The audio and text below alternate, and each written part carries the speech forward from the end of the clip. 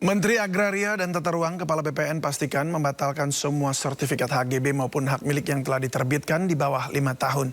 Sementara itu Ketua Komisi 4 DPR RI mendesak penyelidikan hingga tuntas.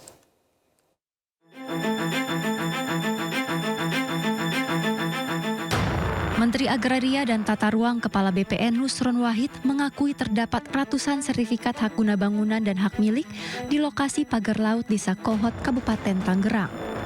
234 sertifikat hak guna bangunan terdaftar atas nama PT Cahaya Inti Sentosa, anak usaha dari PT Pantai Indah Kapuk II Tbk. Sementara puluhan sisanya sertifikat hak milik. Menteri memastikan semua sertifikat di wilayah garis pantai adalah ilegal dan akan dibatalkan.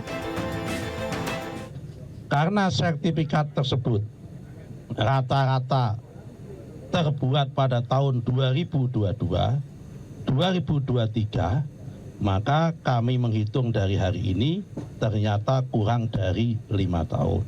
Karena itu sudah memenuhi syarat cukup untuk meninjau ulang dan membatalkan sertifikat tersebut.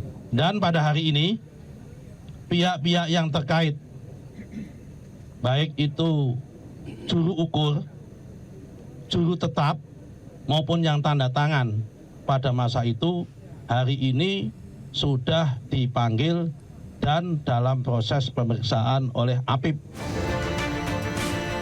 DPR RI pun mengikuti langsung proses pencabutan pagar laut dan mendesak semua pihak untuk menyelidiki dan menyelesaikan pelanggaran undang-undang hingga tuntas.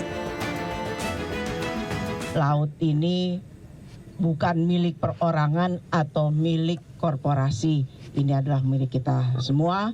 Jadi yang melanggar hukum, mengkapling-kaplingkan tanpa izin, tentunya kami dari DPR, terutama Komisi 4, meminta untuk ini segera diselesaikan dan ditertibkan. Hingga kini PT Cahaya Inti Sentosa maupun PIK 2 masih belum memberikan respons terkait putusan Menteri ATR BPN tersebut. Pembongkaran pagar laut akan dilakukan hingga 10 hari ke depan.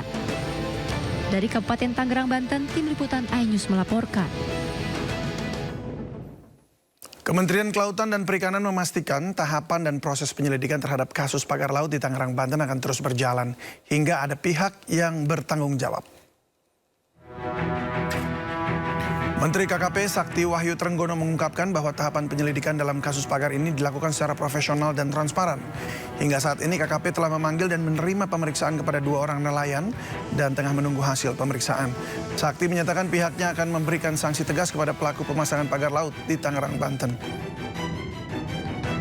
Mencari nafkahnya di laut itu. Jadi dari sisi hukum tentu kita terus melakukan proses, ya.